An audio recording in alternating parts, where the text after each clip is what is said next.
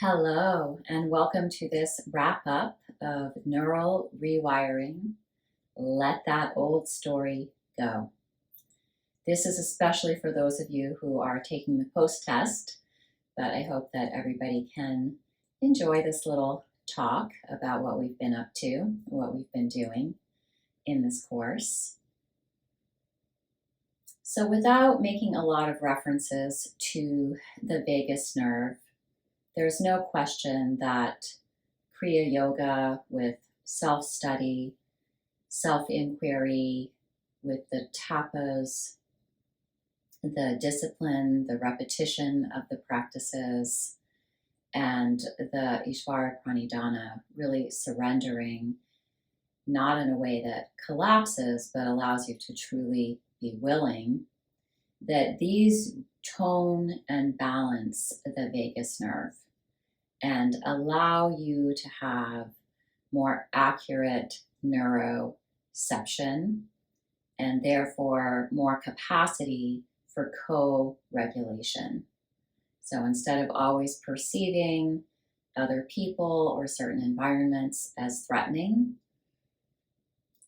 a relaxed and yet strong vagus nerve allows you to truly sense who is safe, when you're safe, what your options are, and to shift away from a story that keeps you trapped in a place of constant fear and sometimes goes into either the anxiety of hypervigilance or that deep, deep fear of paranoia and inability to trust anybody, which in turn impacts your ability to connect socially and emotionally. And that's what we so often see when the vagus nerve has had to shut down in order to survive, that people couldn't trust their social contacts, their social connections for emotional support. In fact, just the opposite. And so that vagus nerve learned to play possum, right? To curl in, to hide the heart, and to try to protect itself. So it's a wonderful system and it has a job to do, and when it's done properly, really can help people to survive. And so these guided meditations as well as visualizations can be incredibly helpful to strengthen and tone the whole nervous system. The vagus nerve, of course, being that bridge between the sympathetic and the parasympathetic nervous system. A visualization will actually use one of the fluctuations of consciousness, and for the most part, we're trying to calm all of those down. But this is a benevolent way, a beneficial way of utilizing the ability to imagine and to conceptualize by visualizing something positive for ourselves, visualizing a different story for ourselves. Whereas meditation allows us to calm all the fluctuations down and then not have those fluctuations be influencing, possibly in an inaccurate way, the story that we are telling ourselves about other people, about our own lives, the story that we're living out. So we might ask ourselves, is it a luxury to rewrite a narrative given all of our challenges in this world today? Substance abuse, climate change, racial injustice, economic inequity. Maybe, but we really have to revise the narrative if we're going to change ourselves in a way that we can meet these challenges. So I would argue that when you are able to rewrite your own narrative, when you are able to help other people rewrite their narratives, whether through teaching yoga or working with someone in the counseling practices, the practices of psychotherapy, we are making a difference in the world. And you never know who is going to be the person who leads the next big change that allows us to overcome or at least make some progress in these areas of inequity and climate change. And we can see the ways in which all of those things are really coming together now. But I think it is important to acknowledge how hard it is to rewrite the narrative when we are trying to survive. And the narrative that is the old story is the narrative that helped us to get to where we are now. So it can be difficult to let it go. And that's why I advise more of an integrative practice in terms of the narrative therapy. And that's why I love the 4 stages and the 4 aims, because we can always go back and really reclaim and integrate what was positive in each stage of life. Because just by our very nature, we were aiming for those things during those stages. So it all happened. It might not have happened perfectly, but it did happen. And we can help people find that and connect to a sense of wholeness and move on in a different way. And that's why, again, all of these practices are about changing the nervous system so that we can slow down the breath, we can slow down the thoughts, we can maybe question our own thoughts a little more easily. We want to get out of the fight, flight, and freeze that we've been in. And that's what will help us to see where we really are in this stage of life. What are we really aiming for? What really happened in the previous stages? What do we really want for the stages to come? And of course, the aims give us very solid templates to go by, like a compass or map. And on the other hand, I didn't do this in a sequential way, as I've mentioned before, because I want people to be able to have the tools and the skills regardless of the stage of life that they're in and regardless of the aim that they're working on. These skills and tools are going to be helpful in every stage.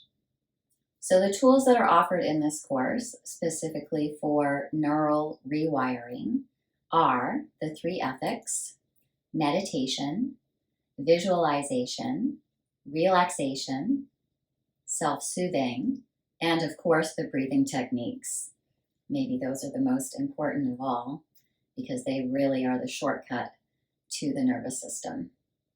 And of course, rewriting your narrative, hopefully the archetypes and the stories, the ancient stories that contain the ancient wisdom of deep psychological understanding can help us with that, but also the 4 aims and the 4 stages. So that's it. And again, just to circle back around to, is it a luxury to be rewriting our narratives given the world that we're living in now? Definitely, people need to do this, and we need to do it collectively as well. But we have to start with the self. When the self feels more resilient, more optimistic, the self is going to have more constructive conversations and relationships with family members, with coworkers, with all the systems in which they are moving and living and growing and developing. School as well. So we have family, work, community, school, and maybe more. So really, each of us is a member of this whole human experiment, and we're all part of every living thing in the universe, not just on this planet, but in the universe itself. So yes, let this ripple out into every part of your life. And I did want to share a case study that I think shows how tricky all of this really can be.